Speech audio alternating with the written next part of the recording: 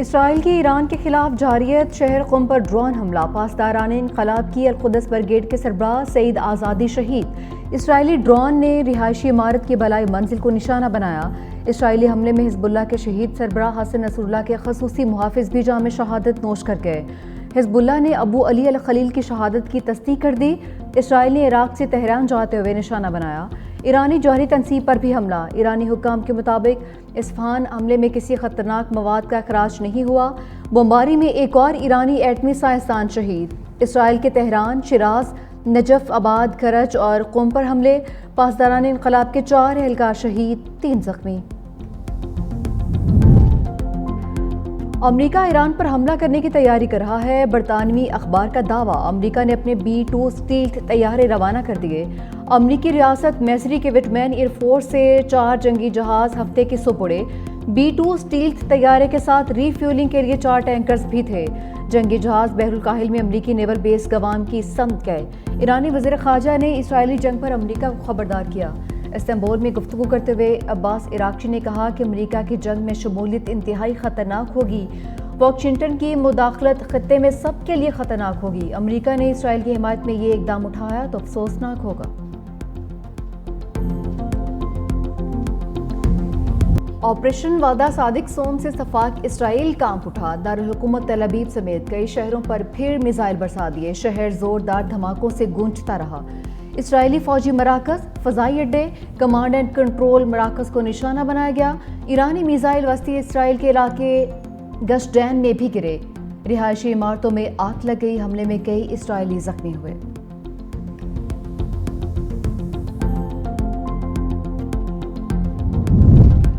Hitler Nitin Yahoo خطے کو تباہی کی جانب دھکیلنا چاہتا ہے، ترک صدر کی للکار۔ رجب طیب ایردوان نے اسرائیل کو امن میں بڑی رکاوٹ قرار دیا۔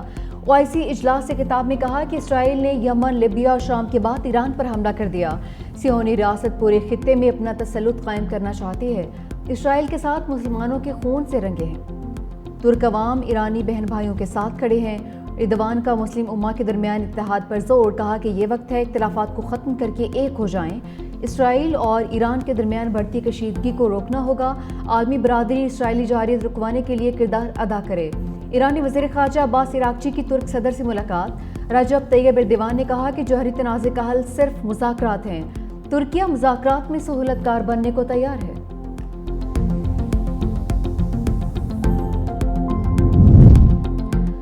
ترک صدر سے فیلڈ مارشل عاصم منیر کی اہم بیٹھک۔ ایران پر اسرائیلی حملوں کی شدید مذمت، عالمی قوانین کی کھلی خلاف ورزی قرار دیا۔ خطے میں کشیدگی کم کرنے کے لیے سفارتکاری جاری رکھنے پر اتفاق۔ نائب وزیر اعظم اسحاق ڈار بھی ہمراہ۔ ملاقات OIC وزراء خارجہ اجلاس کے موقع پر ہوئی۔ دفتر خارجہ کے مطابق ایران کی خود مختاری اور علاقائی سالمیت کی حمایت دفاع کے حق کو تسلیم کیا گیا ہے۔ عالمی برادری سے مشرق وسطیٰ میں امن کے لیے مؤثر کردار کی اپیل۔ غزہ پر اسرائیلی جارحیت فوری روکنے اور انسانی امداد کی فراہمی پر بھی زور۔ ملاقات میں وزیر اعظم شہباز شریف کا نیک تمناؤں کا پیغام ترک صدر کو پہنچایا گیا۔ پاکستان اور ترکیہ کے درمیان برادرانہ تعلقات کو مزید وسعت دینے کے عزم کا اعادہ۔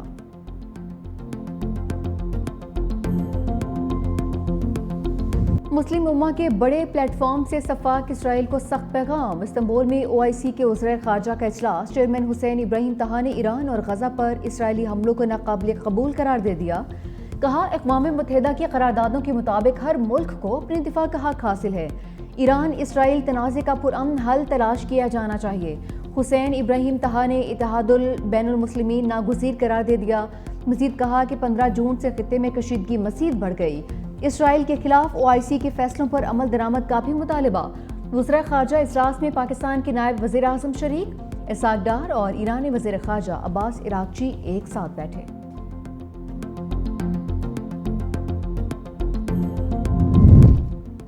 اسرائیلی جارحیت کی وجہ سے عالمی امن کو خطرہ ہے۔ نائب وزیر اعظم اسحاق ڈار کا OIC اجلاس سے خطاب۔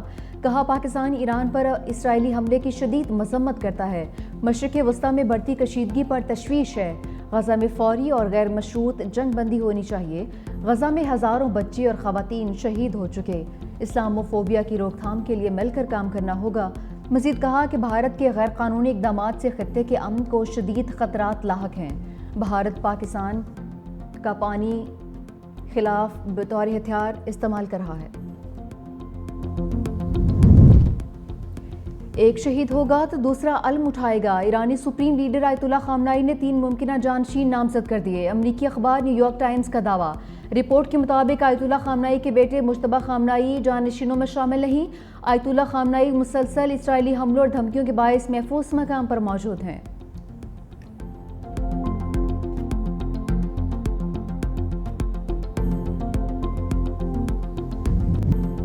ایران کے خلاف اسرائیلی جارحیت پر ٹرمپ کی بحثی، کہا کہ اسرائیل کو حملوں سے روکنے کا نہیں کہہ سکتا کیونکہ وہ جنگ جیت رہا ہے۔ انکشاف کیا اسرائیل کے پاس ایران کی جوہری طاقت ختم کرنے کی صلاحیت نہیں ہے۔ ٹرمپ نے ایران کی ایٹمی صلاحیت پر تلسی گبارڈ کے بیان کو غلط قرار دے دیا، کہا ڈائریکٹر انٹیلیجنس ایرانی ایٹمی ہتھیاروں سے متعلق غلط ہیں۔ مجھے لگتا ہے ایران ایٹمی طاقت بننے کے قریب تھا۔ یقین ہے ایران یورپ کی بجائے امریکہ سے بات کرے گا۔ دیکھتے ہیں کیا ہوتا ہے۔ مذاکرات سے پہلے سیز فائر چاہتا ہوں۔ ایران میں زمینی افواج اتارنا آخری حل ہوگا۔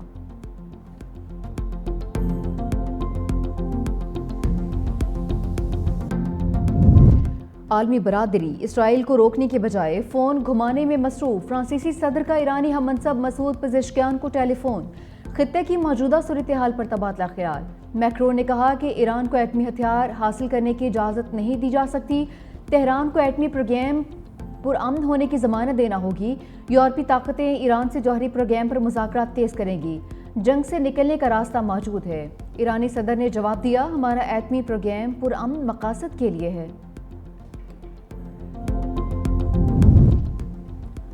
پیوٹن نے ایران کے ایٹمی پروگرام پر اسرائیلی جھوٹ بے نقاب کر دیا، کہا کہ اسرائیل کو بارہا بتا چکا ہوں ایران کے ایٹمی ہتھیار حاصل کرنے کے کوئی شواہد نہیں ہے۔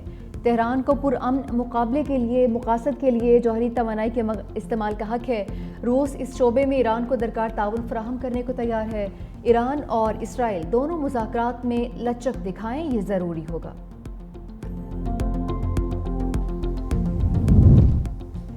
یمن کے حوثیوں کی امریکہ کو وارننگ، کہا ایران پر حملہ کیا تو بحیرہ احمر میں امریکی جہازوں کو پھر سے نشانہ بنائیں گے۔ حوثی فوج کے ترجمان کا کہنا ہے امریکی حملے کے سنگین نتائج ہوں گے۔ امریکی بحری بیڑے اور جہاز بحیرہ احمر میں محفوظ نہیں رہیں گے، ان پر حملے شروع کر دیے جائیں گے۔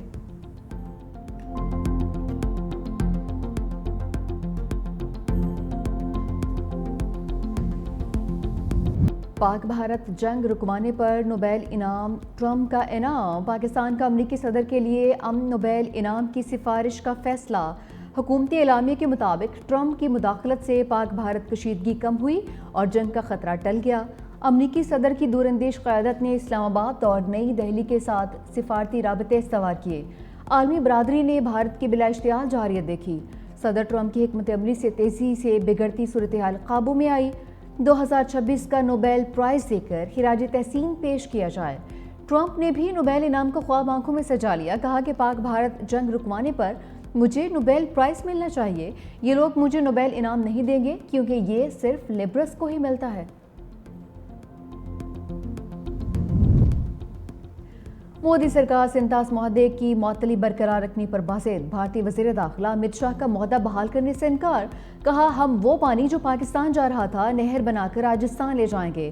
پاکستان سے سنتاس معاہدہ کبھی بحال نہیں کریں گے اور یہ معاہدہ کبھی بحال نہیں ہوگا۔ پاکستان جانے والے پانی کا رخ اندرون ملک استعمال کے لیے موڑ دیا جائے گا۔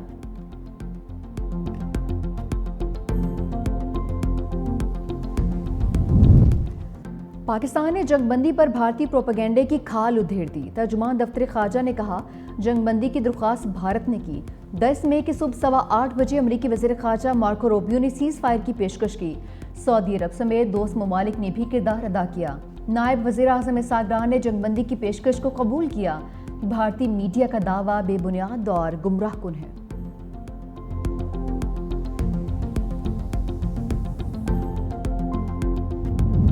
Child, we will educate, we will launch them to teach, study and learn.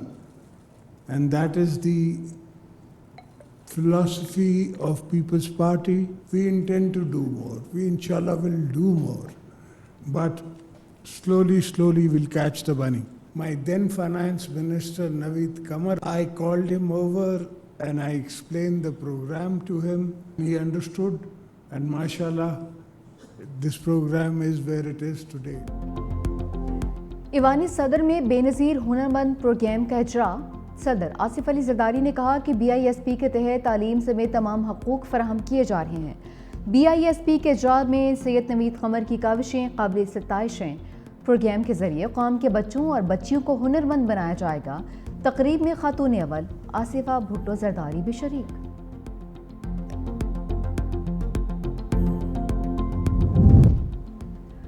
نظیر جس کی نہ ملے وہ اتنی بے نظیر تھی۔ سندھ اسمبلی میں شہید محترمہ بے نظیر بھٹو کی سالگرہ کی تقریب۔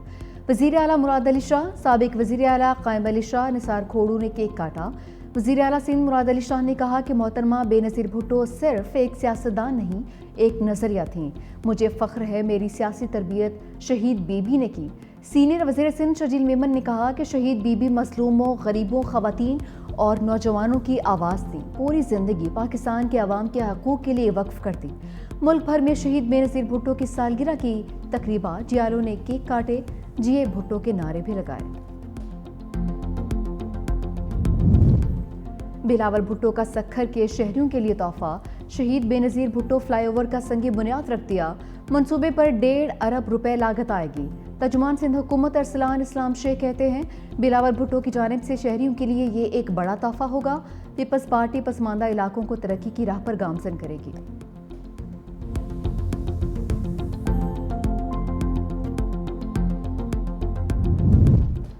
سالانہ 6 سے 12 لاکھ آمدن پر 1% ٹیکس کی منظوری۔ نان فائلرز کے لیے بینکوں سے کیش نکلوانے کی حد 50 سے بڑھا کر 75,000 روپے کرنے کی تجویز منظور۔ سید نوید قمر کی زیر صدارت قومی اسمبلی قائمہ کمیٹی خزانہ کا اجلاس۔ FBR کی نان فائلرز پر ود ہولڈنگ ٹیکس 1% کرنے کی تجویز مسترد۔ سید نوید قمر کا کہنا تھا کہ عوام پر ٹیکس کا بوجھ بڑھانے کی تجویز کی منظوری نہیں دے سکتے۔